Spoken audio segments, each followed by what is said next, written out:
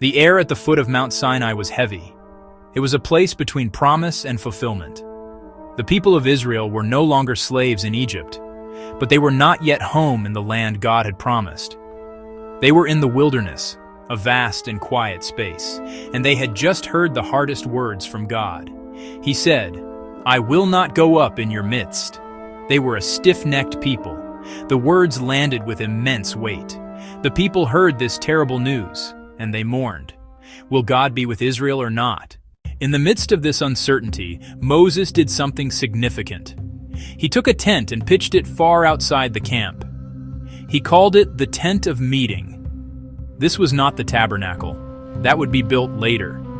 This was a temporary, special place, a space set apart. Anyone who wanted to seek the Lord could go out to this tent.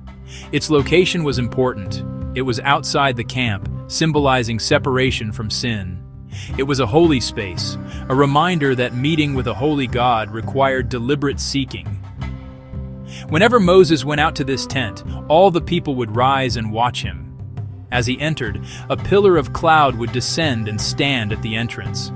When they saw it, they bowed in worship at their own tents. The Bible describes what happened inside that tent with beautiful simplicity. It says, "The Lord used to speak to Moses face to face as a man speaks to his friend." It does not mean Moses saw God's physical face. No one can see God and live.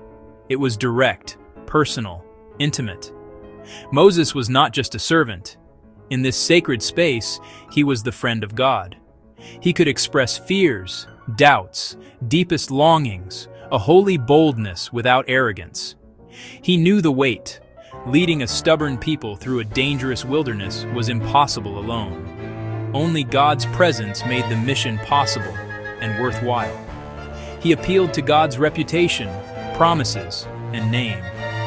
True prayer knows God well enough to speak from the heart, for the sake of the people. Inside the tent, with the cloud at the door, Moses began to speak, a humble, logical plea.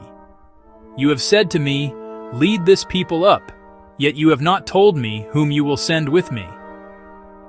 If I have found favor in your sight, show me your ways, that I may know you and find favor in your sight."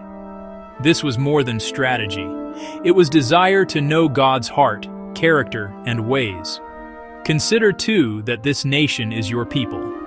Then the defining request, "If your presence will not go with me, do not bring us up from here."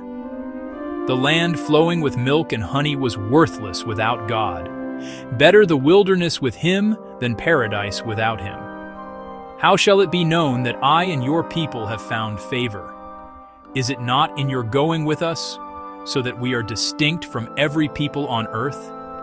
Moses was asking for the one thing that mattered above all else, God's presence as their identity. God said to Moses, "My presence will go with you, and I will give you rest." It was the most beautiful promise. The threat of abandonment lifted. God would be their companion, guide, and protector, their distinctiveness restored, and He would give them rest. Deep peace, secure in His care. The God of the universe listened and showed mercy. This is grace. They did not deserve it, rebellious and stiff-necked, by justice left alone. "This very thing that you have spoken, I will do, for you have found favor in my sight, and I know you by name." God's answer was warm, personal, complete. The question was answered. God would go with them. The journey to the promised land was back on, with His presence and His rest. Emboldened by promise, Moses made one more audacious request, born of desire. "Please, show me your glory." He wanted to see and know more. "I will make all my goodness pass before you and proclaim my name, the Lord. But you cannot see my face.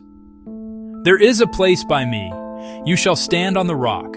I will put you in a cleft of the rock and cover you with my hand. Then I will take away my hand, and you shall see my back, but my face shall not be seen." Tucked into the rock, Moses glimpsed the trailing edge of glory, the effect, not the full essence. God makes Himself known, His goodness, His mercy, in ways we can bear. He protects us even from what we ask, sheltering us in the rock of His strength.